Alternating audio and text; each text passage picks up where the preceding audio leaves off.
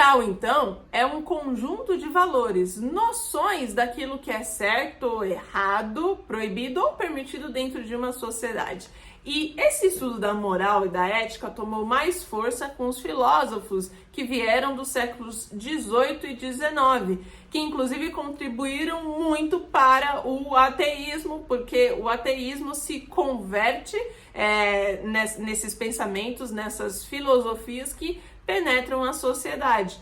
Portanto, os pais, inclusive, da sociologia, da filosofia, Max Weber, Karl Marx, Emile Durkheim, Immanuel Kant e alguns outros que nós vamos ver aqui. Esses homens, então, esses filósofos, sociólogos, Karl Marx, Max Weber, vão dizer, entre outras coisas, que a consciência social é fruto da coletividade, da soma e da inter-relação de consciências individuais.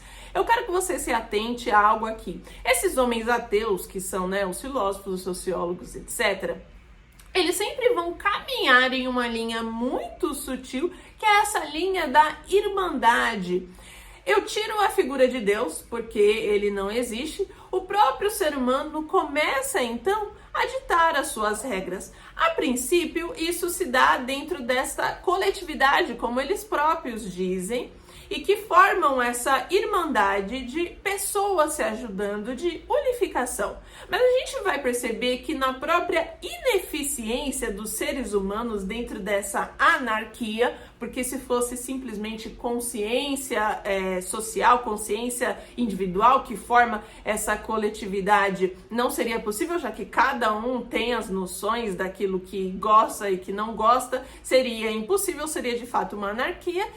Entra sutilmente também a figura do próprio Estado, que agora é ele que vai definir, é ele que vai dizer o que é certo, o que é errado, a moral e a ética. Esse Estado que, tornando-se cada vez maior, leva ao comunismo. Então perceba aqui comigo. Paulo Silvino Ribeiro, que é doutor em sociologia pela Unicamp, vai dizer o seguinte: dessa forma, uma preocupação constante no debate sobre ética e moral se dá no sentido de evitar a violência em todas suas possíveis expressões física ou psíquica, bem como o caos social. Valores éticos ou morais se oferecem, portanto, como expressão e garantia de nossa condição de seres humanos ou de sujeitos racionais e agentes livres, proibindo moralmente a violência e favorecendo a coesão social, isso é, a ligação entre pessoas em sociedade. O que nós percebemos aqui? Já é ilógico a própria moral e ética que foi constituída, principalmente fundamentada por esses filósofos e sociólogos ateus, ser um estudo baseado dentro daquilo que é certo e errado, uma vez que nós percebemos de que, se não há Deus,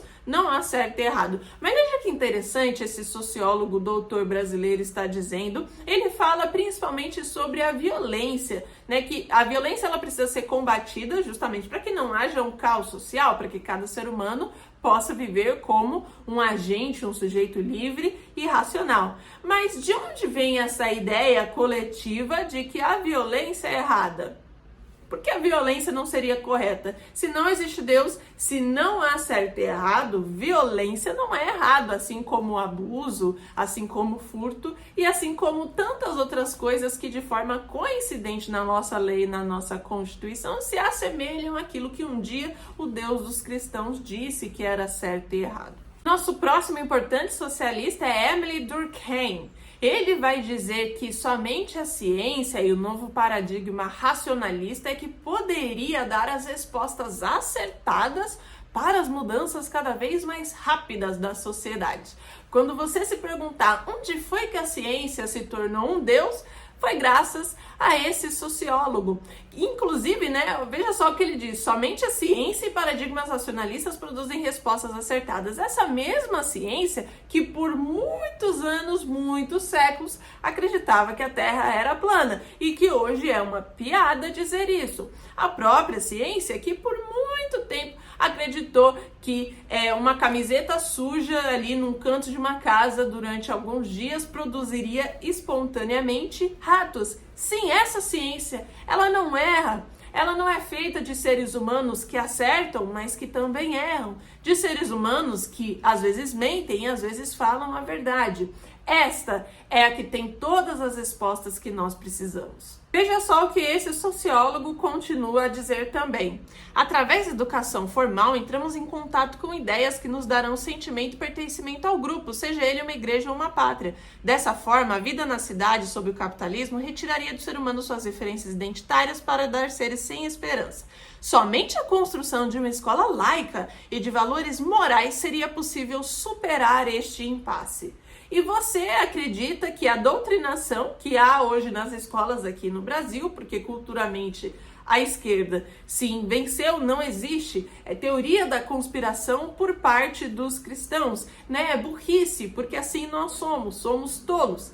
Na verdade, isso está na base da própria sociologia e foi inclusive Gramsci, um dos pupilos aí de Karl Marx, é que corroborou para a existência de creches, é que corroborou para essa formação de grade curricular como se tem hoje. E por que isso? Porque o próprio Emile Durkheim está nos contando aqui, para que essa consciência coletiva e social seja possível, nós temos que educar as pessoas assim.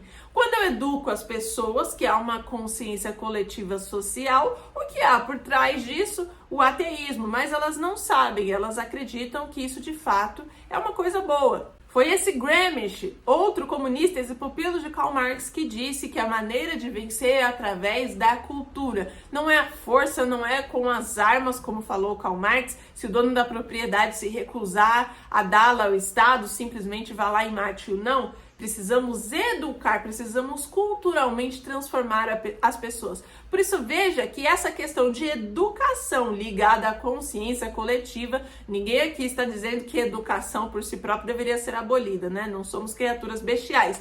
Diferente do que o próprio Emile Durkheim diz, que nós somos animais bestiais e que somente através da sociedade, da coletividade é que aprendemos a conviver, né? De forma alguma, mas quando a educação ela é associada para que haja essa consciência coletiva social, aí nós temos um problema. O que está por trás disso é o ateísmo. O que leva isso, no final das contas, é o comunismo. É a total oposição a Deus.